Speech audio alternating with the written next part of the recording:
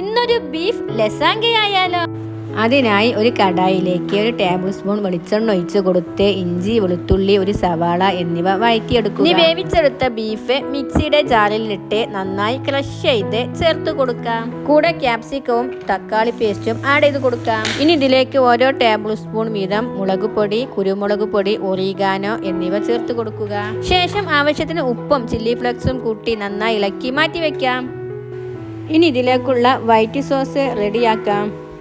1 table spoon ബട്ടറിലേക്ക് 2 table spoon മൈദപ്പൊടിയും ആവശ്യത്തിന് പാലും കൂട്ടി നന്നായി കട്ടകളില്ലാതെ യോജിപ്പിക്കാം. ഇനി ഇതിലേക്ക് ആവശ്യത്തിന് ഉപ്പും കുരുമുളക് പൊടിയും ഒറിഗാനോയും ചേർത്ത് നന്നായി മിക്സ് ചെയ്യാം. ഇത് കുറുകി വന്നതിന് ശേഷം സെറ്റ് ചെയ്യാൻ വെച്ച പാത്രത്തിലേക്ക് അല്പമായി ചേർത്ത് കൊടുക്കാം. ശേഷം ബ്രെഡ് വെച്ച് ലെവൽ ചെയ്ത് കൊടുക്കാം.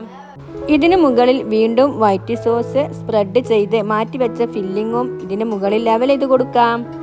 ഇതുപോലെ തന്നെ അടുത്ത ലെയറും ചെയ്തെടുക്കാം.